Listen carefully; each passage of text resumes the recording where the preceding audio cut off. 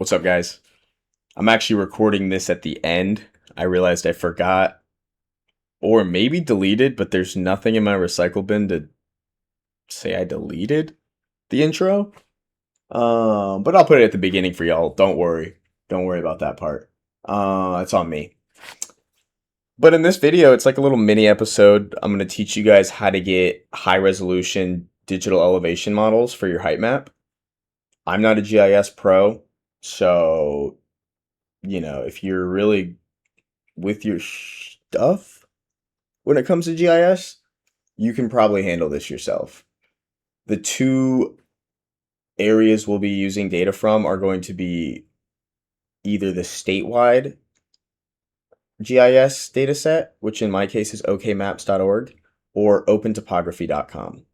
So everyone in the United States will have OpenTopography.com to use as a resource. Other than that, you're kind of on your own. This is just a step-by-step process on how to use that with game terrain tools.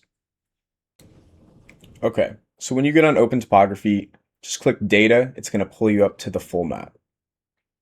Really doesn't matter if you see me do that or not. The process is so simple. You literally click Data. You're going to come right here. You're going to click on this little place marker. You will then type your longitude, type your latitude, and that's it. If you don't know how to get those, just go to Google Maps, go to your site, click anywhere, boom, done. Okay, so now we're here. It's selected the block that our area resides in, right?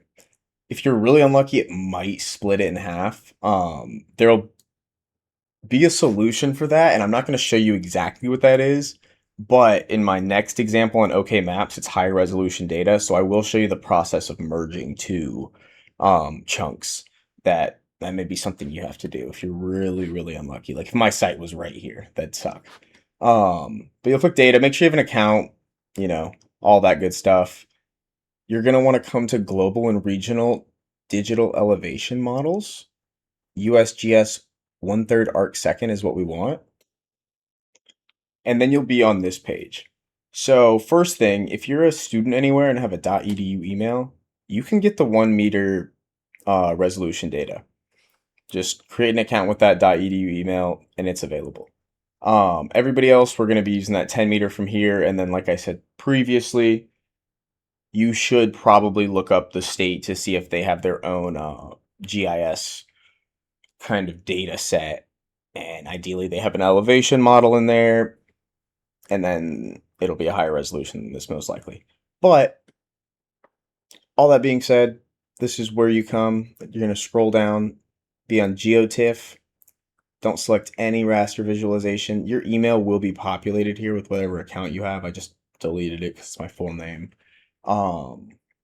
And I really think that's about it. Once you click submit, when you click submit, it will take you to this page where your job is going to be worked on right in the background on their servers. And when it's done, you'll download it from here. For this, you will need WinRAR or 7-zip. I'm not going to show you how to do that.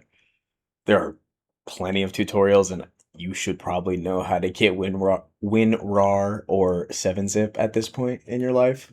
That one I'll say for sure you should know how to do. But that's it. You'll download this. Whatever, I'll show you real quick. I'll even show you. I already have it downloaded, but I'll show you.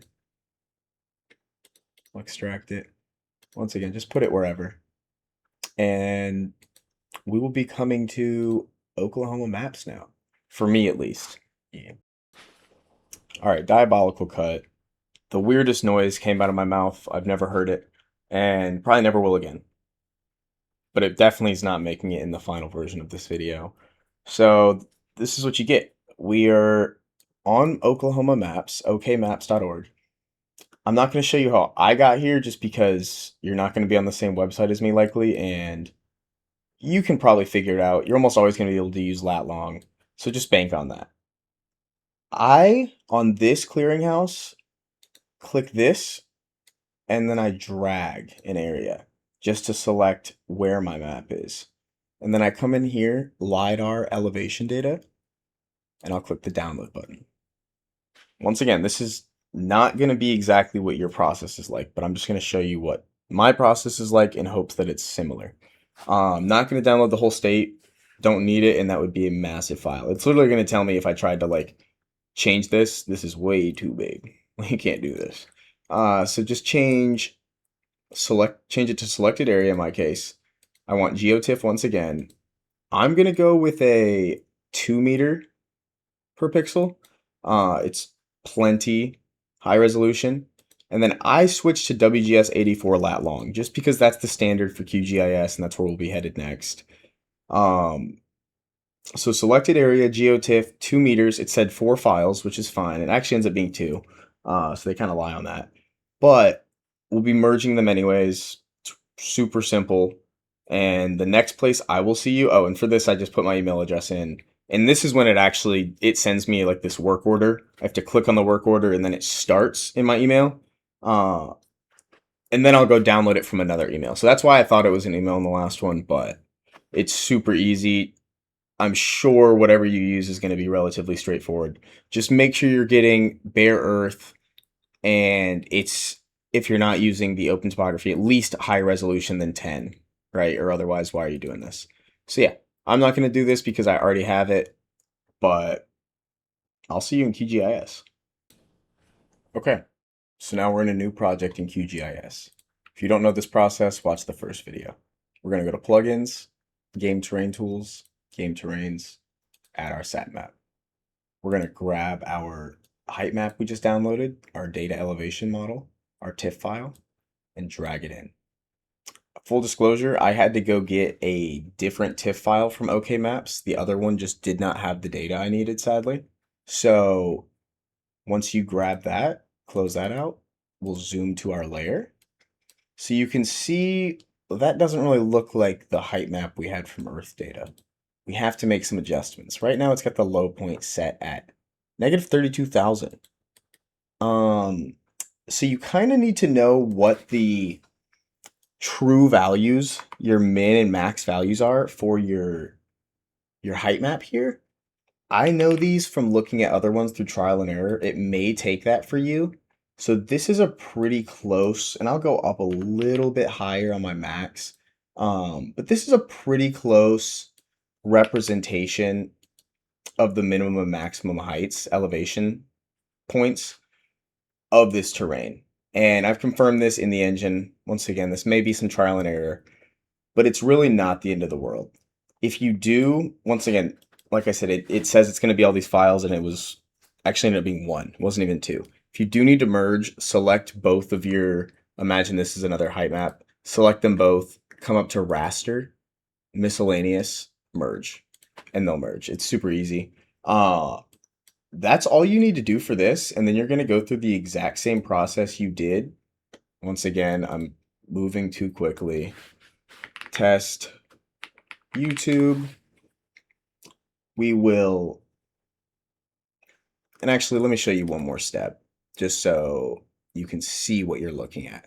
You can come into transparency band, band 1 gray, apply that, and you can actually see, let me see if that inverts. Okay, it's inverse. You can see your overlay, which is nice, especially for marking the area right now, which I'm about to do.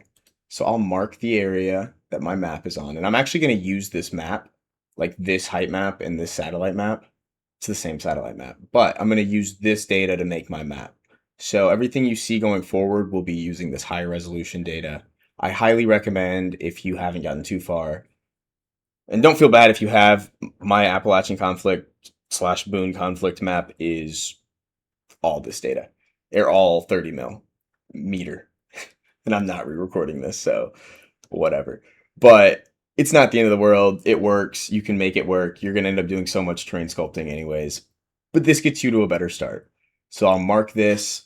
I'm going to, same thing I did in the previous video, rename this GTT underscore height map. I will move this in between if I can. There we go. Actually, no, I had them in between like this last time. Forgetting things. Make sure all my exports are set properly. I did have someone say that painting without checking off lower terrain to 0 meters was causing their engine to crash. If that's happening to you, just come in here and click lower terrain to 0 meters. I haven't any issues with that. I'm not going to do that, but for your sake. So I'm going to click export. Same thing as last time. It's going to export to the GTT underscore export folder, wherever you saved that original file. And then I don't even need to show you how to import it into Enfusion. That's in my previous video, so just go watch that. Little bonus section. If your map is doing this when it loads in, I've not found a GIS side solution, if I'm being completely honest, but don't even fret. Just grab the flatten tool, get the, pretty close height to that area and just flatten it out. You'll come in later and, I mean, you can leave it like this for a while too, but you can come back later and fix all of this. This is not that big of a deal, honestly. So just come flatten them out. This is what I did before I made the tutorial. Like this was already like the plan for what to tell you guys to do, honestly. Just because once again, I'm not a GIS pro. This is not my thing. I just wanted to make you guys aware of this fact if you want to learn yourself, basically, or teach yourself how to use this software, because that's what I had to do in order to use in the first place, to even get to a point where I could say anything along these lines. And it's not that hard. There's a lot of information available. There's a lot of people that do GIS in this world, thankfully. A whole lot more than anything Enfusion or Arma related, that's for sure. So, and obviously that's very rough. I'm not going to leave it like that. Just for demonstration's sake, that's what I would do. Don't tweak, Stuff like this, that's probably just got to be rebuilt on the... What is that, actually? Hold on. Manage, rebuild height map, yes.